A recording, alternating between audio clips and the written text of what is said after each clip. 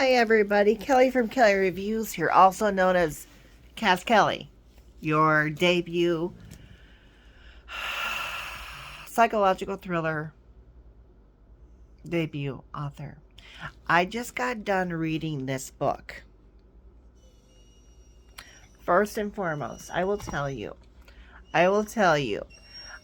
it was either up to chapter 11 or 13 that I was going to stop reading the book, right? And then I picked it up a few minutes, hours later, and I kept on reading it. I have some real thoughts on the book. Number one,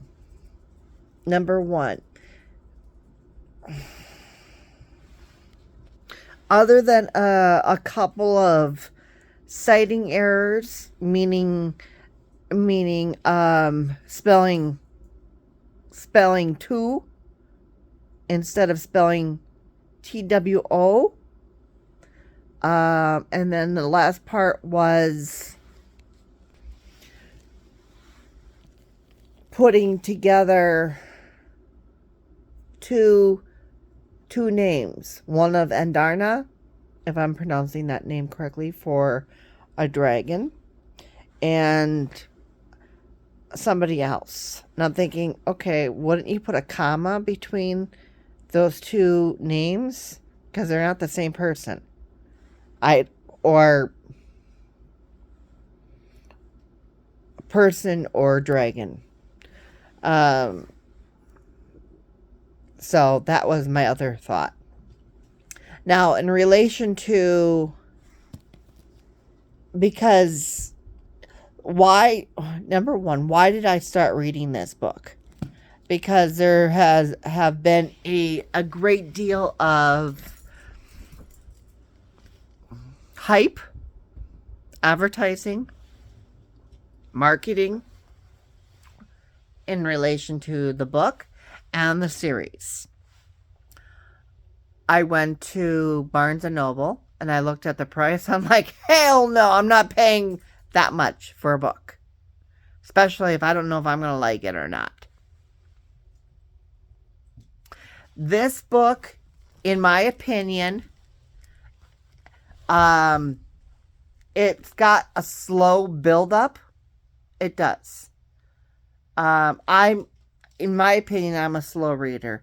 I read about 200 to 210 words a minute. And according to Google, that's pretty much between a slow and a moderate reader instead of a fast reader. And honestly, this book has over 400 pages in it to begin with.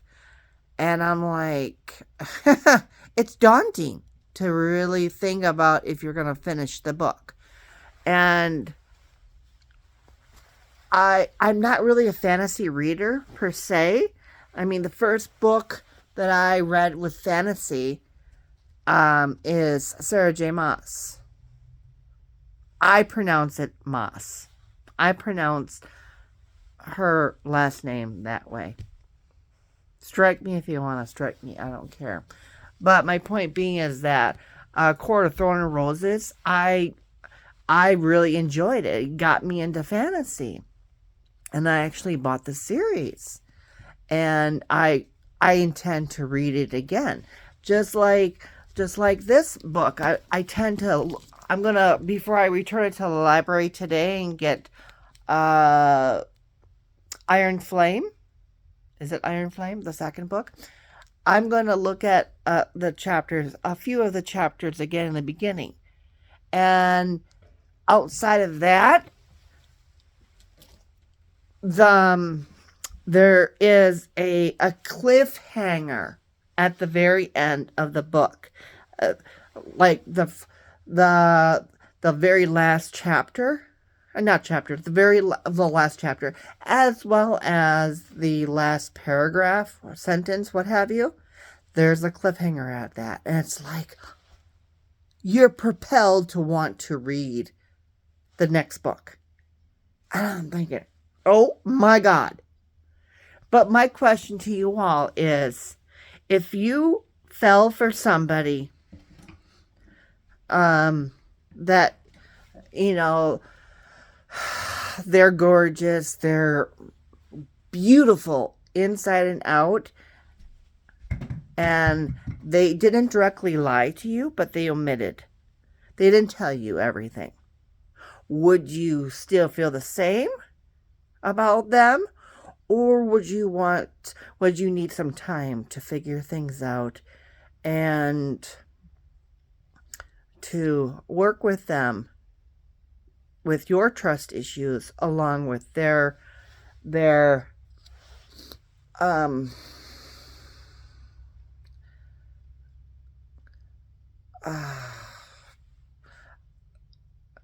omitting things to you? What would you do? Let me know in the comments. Have a great day, all. See you soon. And I'm going to get a few books from the library today. I'll talk to you later. Have a great day.